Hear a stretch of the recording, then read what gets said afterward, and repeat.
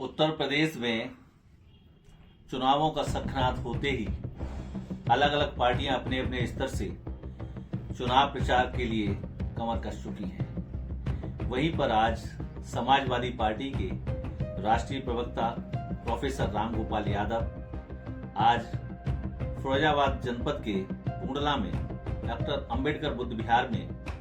आए, जहां से उन्होंने शंखनाद की प्रचार के लिए वो बुद्ध का आशीर्वाद, बाबा साहब का आशीर्वाद लेने के लिए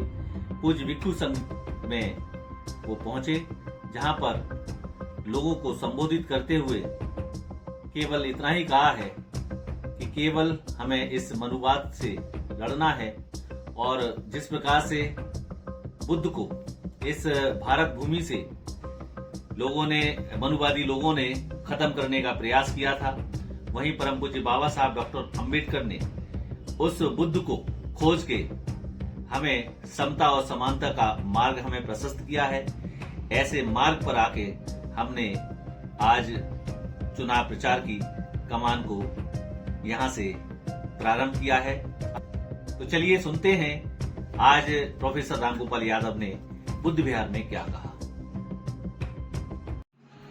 उत्तर प्रदेश की समाजवादी पार्टी के राष्ट्रीय महासचिव प्रोफेसर रामगोपाल यादव का विधिवत रूप से उनका माला पहनाकर, साफा पहनाकर उनका ससम्मान किया। बुद्ध विहार समिति के समस्त पदाधिकारियों द्वारा उनका सम्मानित किया गया। वहीं पर श्रद्धेय रामगोपाल यादव जी द्वारा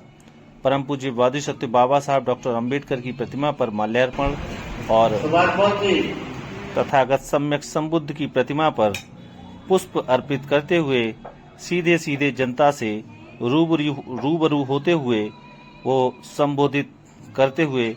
जो कहा है वो आपके समक्ष प्रस्तुत है। भगवान बुद्ध को प्रणाम करते हुए बाबा साहब अम्बेडकर के चरणों में नमन करते हुए और सभी भक्त साहिबान को प्रणाम करते हुए हमारे सामने जितने लोग हैं सबको प्रणाम करते हुए मैं अपनी बात बहुत संक्षेप में कहना चाहूँगा। आप सब जानते हैं कि जब हिंदू धर्म में कुरीतियां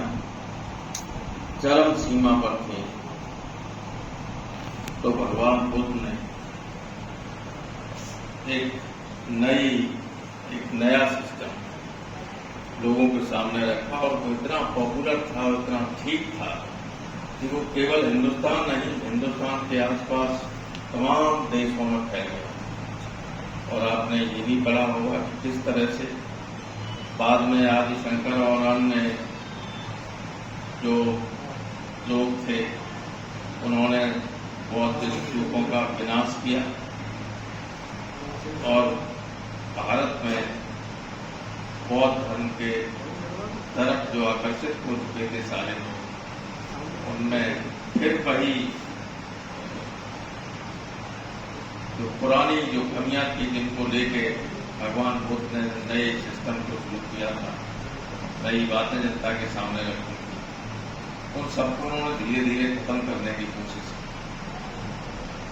ये धर्म इस धर्म के लड़ाई अब भी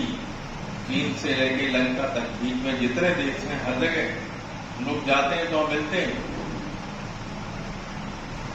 लेकिन जिन लोगों ने बौद्ध धर्म के अनुयायियों को बौद्ध के जो स्तूप वगैरह थे जहां से प्रचार प्रसार होता था इस धर्म का, उन सबको तोड़ा, ये सब जानते हैं। उसी मानसिकता के लोग आज बाबा साहब अम्बेडकर द्वारा दिए हुए संविधान को भी धीरे धीरे खत्म करने की कोशिश करते हैं। चारों तरफ से अतिक्रमण हो रहा है, प्रत्यक्ष और परोक्ष रूप से जो आत्मा है संविधान की उसको मारने का काम हो रहा है। जो हमें अधिकार दिए गए थे, मौलिक अधिकार, जिनमें गारंटी की थी बाबा साहब ने, और इसलिए गारंटी की थी वो कहते थे कि देश के लोगों का चरित्र असंवैधानिक है, अनडेमोक्रेटिक रहे हमेशा से, इसलिए अगर गारंटी नहीं देंगे, गारंटी नहीं करेंगे इन अधिकारों की, क्योंकि जब अनटचेबिलिटी को फंडामेंटल राइट्स में इंक्लूड किया गया, उनको इरेडिकेशन अछूत जो था, छुआछूत को खत्म करने का अधिकार, मौलिक अधिकार, लोगों ने कहा मौलिक अधिकार में नहीं रखना चाहिए कि नहीं, अगर मौलिक अधिकारों में नहीं रखेंगे तो लोग ये किसी का हमेशा आतंक करते रहेंगे। स्थिति कैसी थी आप जानते हैं, अगर छू जाए कोई, हम तो छोटे थे तब जानते थे कि अगर कोई वाल्मीकि समाज के किसी व्यक्ति से छू गया आदमी दूसरा, तो सोने के ऊपर से पानी डाल के उसको शुद्ध किया जाता था। ये बीमारियां तब तक धीरे धीरे खत्म हो रही थी, लेकिन संविधान ने जो हमें अधिकार दिया उससे काफी रक्षा मिली, लेकिन पूर्ण अधिकार को भी छीना जा रहा है। उनको भी सामान्य यानी उसमें यही है कि हम अपनी बात कह सकते थे, अभिव्यक्ति की स्वतंत्रता, जैसे चाहे वैसे किसी धर्म को मानने न मानने की स्वतंत्रता,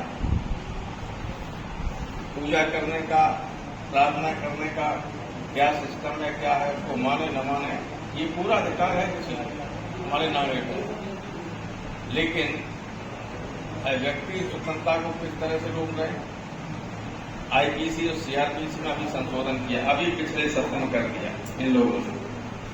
और संशोधन करके ये कहा कि अगर मान लीजिए आप कोई भाषण, हम यहाँ भाषण दे रहे हैं